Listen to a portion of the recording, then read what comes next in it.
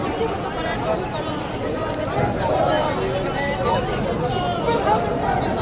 যে খাদ্যগুলো আমরা গণতন্ত্রের কাছে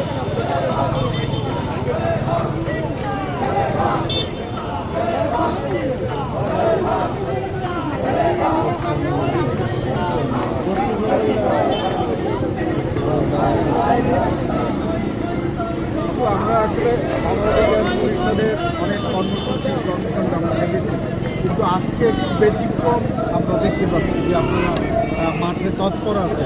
আসলে এর পরেও আপনাদের এই তৎপরতা কি থাকবে কি?